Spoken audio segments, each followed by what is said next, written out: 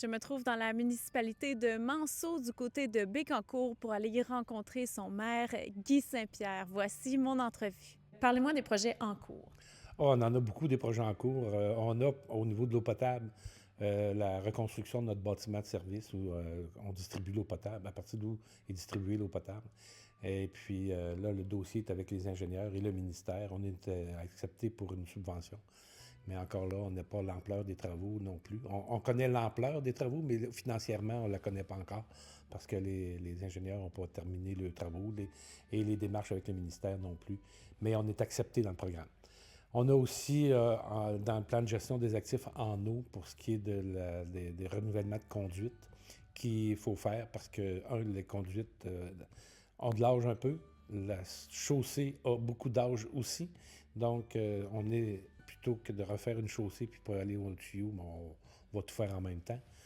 On a aussi des dossiers au niveau des équipements de loisirs où on a été accepté par le ministère pour une subvention pour mettre à jour nos équipements puis d'en rajouter. Notre patinoire est un peu désuète, donc on va construire de quoi qui a de l'allure. On a aussi le parc de la diversité où c'est que tu as des bénévoles qui plantent des arbres, qui fait un peu de permaculture, puis on a une boucle de marche qui est en développement continuel. Là. Il va se rajouter des choses à tous les ans, peut-être pendant les 10 prochaines années. Là. On a aussi présentement des travaux qui se font au centre communautaire. Il va y en avoir à la bibliothèque. On est en train de regarder dans nos dossiers là, qu'est-ce qu'on fait avec l'école qui est fermée, avec la caisse qui est fermée, avec l'église que peut-être un jour on va se retrouver avec. Qu'est-ce qu'on fait avec notre bureau municipal dans tout ça, notre centre communautaire. On va avoir une... Puis on est quand même 850 habitants. Donc, on a peut-être avoir une utilisation pour dire logique ou intelligente, mais de nos bâtiments. Là. Puis ils sont là. Donc, qu'est-ce qu'on fait avec pour qu'ils soient animés puis qu'ils soient vivants? On a ça qui est en cours. Donc, être maire, c'est porter beaucoup de dossiers sur ses épaules quand même. Oui, on porte beaucoup de dossiers, mais on a une équipe qui travaille là-dedans pour trouver les bonnes personnes, pour mener plusieurs dossiers. On a un agent de vitalisation avec la municipalité de Sainte-Marie-de-Lansard, qu'on se le partage, puis elle a à faire du suivi de ces dossiers-là. On avait une difficulté il y a 2 ans parce qu'on avait des enfants à besoins particuliers. Et comme on a des moniteurs, puis à peu près dans tous les camps de jour au Québec, c'est des moniteurs de 15, 16, 17 ans qui n'ont pas l'expertise ou l'expérience de travailler avec des enfants à besoins particuliers. Et ça peut être de tout ordre. Là. Ça peut être des compliqués à pas compliqués, là, mais qui peut avoir un enfant qui se désorganise dans la journée. Donc, il faut réagir à ça. Puis, j'avais interpellé la travailleuse sociale au CLSC, qui, elle, dans sa municipalité, elle est responsable de son camp de jour, comme conseillère municipale, et elle avait interpellé son CIUS, elle aussi. Et son CIUS lui avait dit, ben, on ne peut pas rien faire. Elle, quand je l'ai interpellée dans notre CIUS, elle a appelé au CIUS, ils nous sont venus en disant, on pourrait vous fournir quelqu'un qui allait aller former les moniteurs. Mais encore là, c'est du monde de 15, 16, 17 ans. Oui, tu peux être formé, mais de réagir, c'est une autre chose quand tu as le cas en avant de toi. Là. C'est sûr que ça donne un bagage quand même. On manquait aussi de personnel. Avec elle, elle a fait des démarches auprès de l'Association des personnes handicapées du Centre du Québec, auprès d'Espace Muni, auprès de les camps de jour du Québec, auprès de Loisirs Centre du Québec, auprès du Conseil québécois en loisirs. En tout cas, une panoplie d'organismes et on s'est ramassé à peu près 14-15 sur un comité informel au niveau du Québec au complet pour faire des demandes au gouvernement. Parce qu'il y a un programme qui existe présentement pour accompagner les personnes à besoins particuliers dans les camps de jour, mais il faut que ta demande soit faite au mois d'octobre. Tu ne sais pas si combien tu vas en avoir. Tu vas-tu avoir de l'argent? Tu as la réponse au printemps. En tout cas, c'est pas bien coordonné. Et avec le montant d'argent qu'ils ont, ils peuvent répondre à 30 des demandes.